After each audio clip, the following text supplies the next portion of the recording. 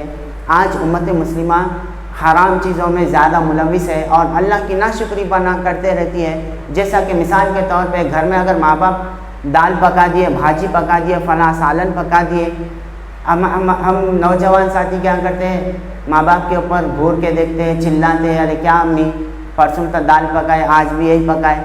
नाशुक्री पना से बचो। अल्लाह रब्बुल इज़्ज़त ने जो भी तुमको टूटी फूटी सूखी रोटी भी दी है वो भी अल्लाह का एहसान है। ऐसे कई कंट्रीज़ है जो उनको 3-3 4-4 दिन खाने के लिए मैसर नहीं है, पानी तक मैसर नहीं है। केन्या ले लीजिए, साउथ अफ्रीका ले लीजिए, सूडान ले लीजिए, ऐसे कई कंट्रीज है उन लोग को पानी पीने तक नहीं है। आज माशाल्लाह बेहतरीन पानी हम लोग माशाल्लाह पिए, बेहतरीन ग़िज़ा खाए हम।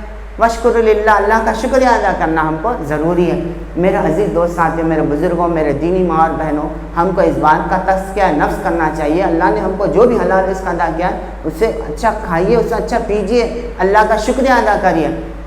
अब आइए पॉजिटिव्स और नेगेटिव्स यानी डिसएडवांटेजेस एंड डिसएडवांटेजेस यानी इम्पॉर्टेंस ऑफ हलाल और ड्रॉबैक्स ऑफ हराम। ये पॉइंट्स गौर से सुनिए। और ये यूट्यूब के चैनल पे अपलोड होता है और गैर मुसलमान भी सुनते हैं इसको माशाल्लाह। गैर मुसलमान भी पॉजिटिव फीडबैक देते हैं माशाल्लाह, क्योंकि उन लोग को भी महसूस होता है कि मीडिया मिसगाइड कर दी है, मीडिया मिसगाइड कर दी है इस्लाम के अगेंस्ट। तो ये जो पॉजिटिव है, जो लोग यहाँ तक कि ये भी सुनने का है, मैं ये भी पोस्ट देखा हूँ सोशल मीडिया पे, भाई ये हलाल प्रोडक्ट्स बैन करो, ये इकोनॉमिक जिहाद है, मुसलमानों की इकोनॉमिक को कोलैप्स करो बोल के ये नॉन मुस्लिम जो मीडिया जो तंजीमें चला रहे हैं उन लोग के ये चला रहे हैं, जबकि उनको मालूम नहीं हलाल क्या है, हलाल के बेनिफिट क्या है। आइए मेरा अजीज़ दोस्त साथियों, हलाल जो मुसलमान करता है, चाहे वो जानवर ले लीजिए, चौपाया ले लीजिए, चाहे गाय या बकरा या जो भी ऊँट ले लीजिए, अल्लाह के रसूल सल्लल्लाहु अलैहि वसल्लम की सुन्नत ये थी कि आप सल्लल्लाहु अलैहि वसल्लम एक बिल्कुल ऐसी गर्दन मारो नहीं बोले, जबकि आप सल्लल्लाहु अलैहि वसल्लम ये जो रग आती है वो सिर्फ वो रग काटो बोले अल्लाह के रसूल सल्लल्लाहु अलैहि वसल्लम। वो चीज़ बिस्मिल्लाह अल्लाहु अकबर कहकर काटा जाता है। उससे हलाल का बेनिफिट ये है कि जानवर के जिस्म में जो भी खून होता है, बकरा या जो भी ले लीजिए, वो पूरा ड्रेन आउट हो जाता है, पूरा खून बाहर निकल जाता है। उसकी वजह से जो उसके यानी गोश्त में जो भी सख्ती रहती है यानी और कुछ बीमारी जरासीम रहती है खून के ज़रिए बाहर निकल जाती है। ये है प्रोसीजर हलाल, ये है इम्पोर्टेंस ऑफ हलाल। अब चलिए अब इसका ऑपोजिट देखिए, झटका। अब ये हमारे क्या कहना, जो भी गैर मुस्लिम है चाहते तो वो उतना वक्त अच्छी चीज़ों में लगा सकते थे, लेकिन वो लोग हलाल के ऑपोजिट जाके उन लोग यानी एड़ी चोटी का दम लगा दे रहे हैं कि भाई हलाल नहीं खाना है। अब वो लोग झटके का बोल के बाद अब एक दुकान पर रखे मीट, झटका मीट, अल्लाह अकबर। झटका मीट का डिसएडवांटेज सुनिए, गौर से सुनिए। जब जो बकरा रहता है बिल्कुल एक ही दम उसकी गर्दन बिल्कुल ख़लम की जाती है, उसकी वजह से जो उसके अंदर का जो खून है वो पूरा बाहर नहीं निकलता, उसकी वजह से जो अंदर का गोश्त रहता है वो बिल्कुल सख्त हो जाता है और जो जरासीम होते हैं उसके अंदर ही जम जाया करते हैं। ये ड्रॉबैक है, डिसएडवांटेज है हराम का। आइए ये एक छोटी बात है ये हलाल हराम का।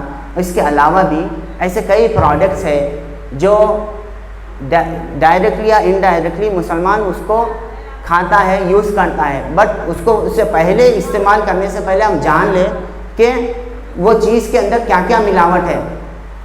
आइए, जो एक जेलेटिन है, ये हराम प्रोडक्ट में से एक प्रोडक्ट है, बिल्कुल ये क्या बोलते हैं साइंटिफिक नॉलेज है जो इसमें रिसर्च करके उन्होंने लिखा है।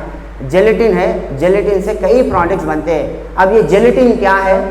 एक जेलेटिन ऐसा सब्सटेंस है जो जानवर में से निकाला जाया करता है, वो कलरलेस होता है, टेस्टलेस रहता है, जेली टाइप रहता है।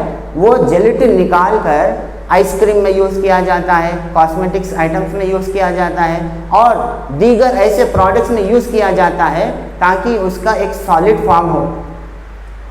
अब जेलेटिन एनिमल्स में भी निकाला जाता है, स्पेशली 99% जेलेटिन पोर्क के उसमें से निकाला जाता है, यानी खिंजीर यानी बदजानवर सूअर। ज़्यादा से ज़्यादा 90% बदजानवर के अंदर से वो जो जेलेटिन निकाला जाता है वो अलाइनमेंट्स यानी जो जोड़ियाँ रहते हैं यानी हड्डियाँ, उसमें से जेलेटिन निकाला जाया करता है। वो निकाल कर प्रोडक्ट्स बनाते हैं क्योंकि वो सॉलिड फॉर्म हो सके। ये मुसलमान के लिए हराम है क्योंकि वो पोर्क में से निकाला जाता है, क्योंकि अल्लाह ने सूरह बकरा ही में अल्लाह ने इरशाद फरमाया कि तुम्हारे लिए खिंजीर हराम है। खिंजीर हराम क्यों है भाई? अब ये मसला क्वेश्चन ये आता है, भाई अल्लाह ने जब अल्लाह की मखलूक है तो तुम खा सकते ना। अल्लाह रब्बुल इज़्ज़त ने जब हलाल हराम दोनों सामने रख दिया है, अल्लाह ने इरशाद फरमाया कि तुम ये खाओ, ये ना खाओ, ये पियो, ये ना पियो।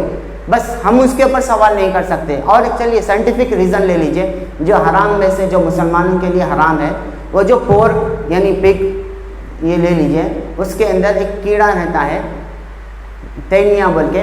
अगर वो तैनिया सोलियम बोल के एक कीड़ा रहता है, अगर वो हम खा ले, अगर कोई बंदा खा ले तो टेनियसिस एक डिजीज़ होती है, वो टेनियसिस एक डिजीज़ का नाम है। वो टेनियसिस का उससे क्या होता है, फिट्स आते हैं।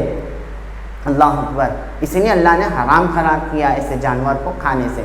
और दूसरा मसला यहाँ पर यह है, वो जो खिंजीर है पूरा गिलाजत के सिवा और कुछ ज़्यादा नहीं खाता। अब जो हम जो खाते हैं बकरा गाय, वो घास खाती है। अल्लाह रब्बुल इज़्ज़त ने इसके लिए हर चीज़ इंसान की अल्लाह रब्बुल इज़्ज़त हिकमत से समझाया है। बट बस हमको इस बात का एहसास करना चाहिए कि तदब्बुर करना चाहिए, हम क्या खाना है, हमको क्या नहीं खाना है।